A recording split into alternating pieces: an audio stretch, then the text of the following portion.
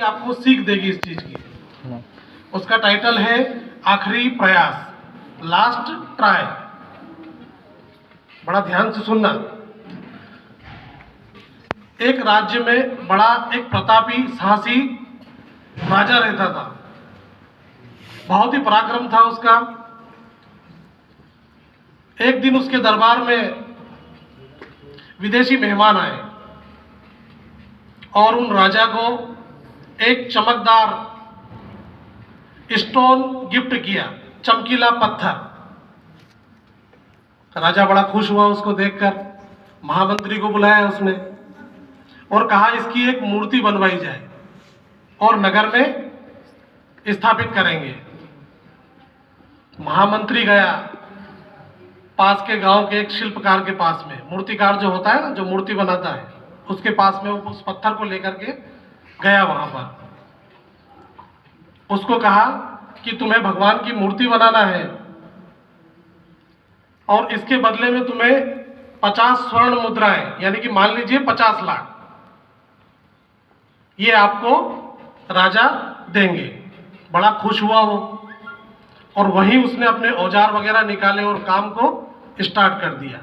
निकाला अपना हथौड़ा और उस पत्थर को तोड़ने लगा। एक बार प्रयास किया, 2 बार, 3 बार, 10 बार, 20 बार, 30 बार, 40 बार, 45 बार। थक गया वो कि ये पत्थर टूट ही नहीं रहा है।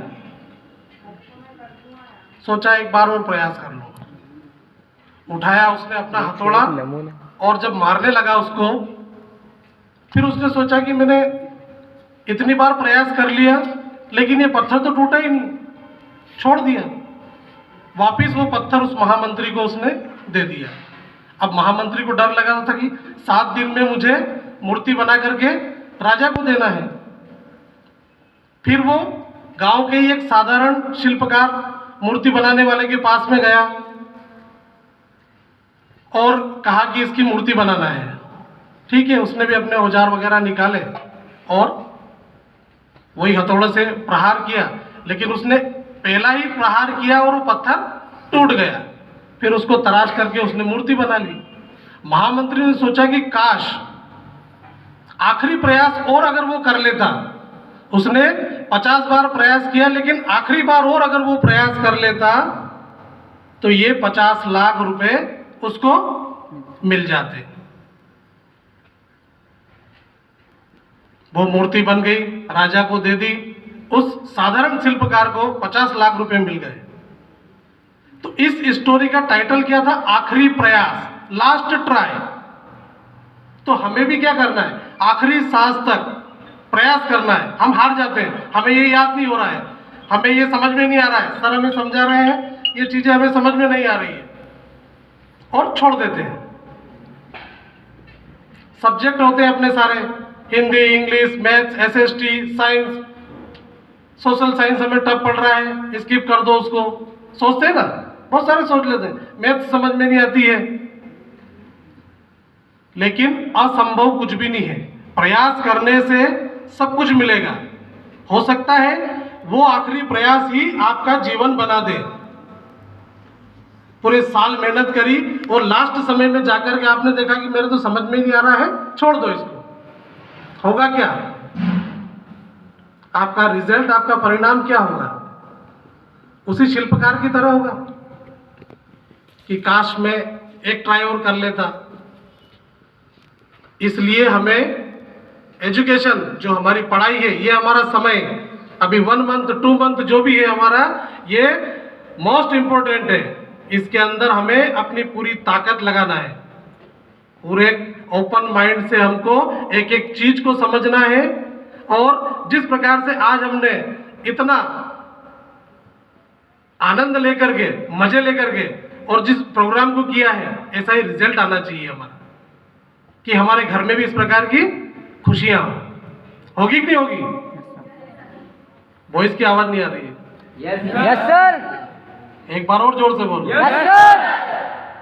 तो आपका अच्छा रिजल्ट हो।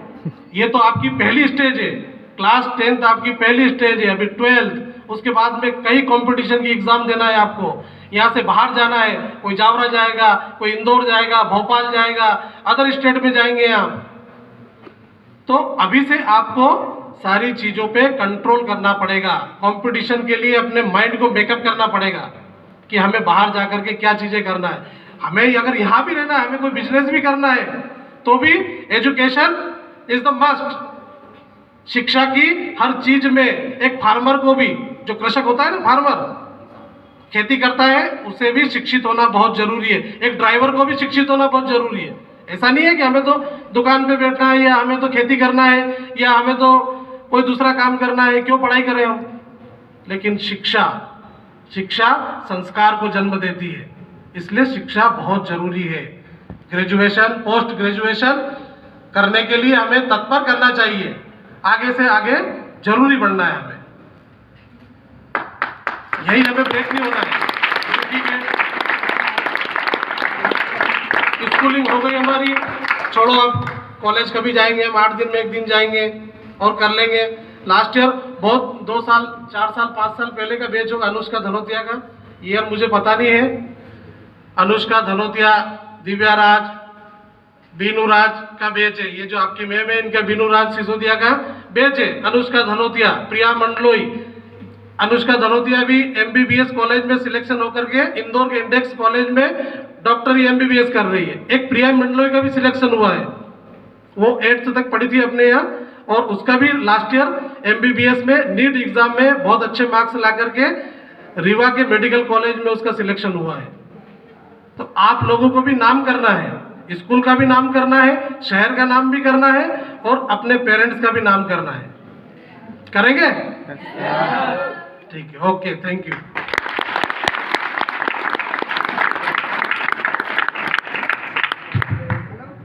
Thank you, sir. Your words are really inspirational.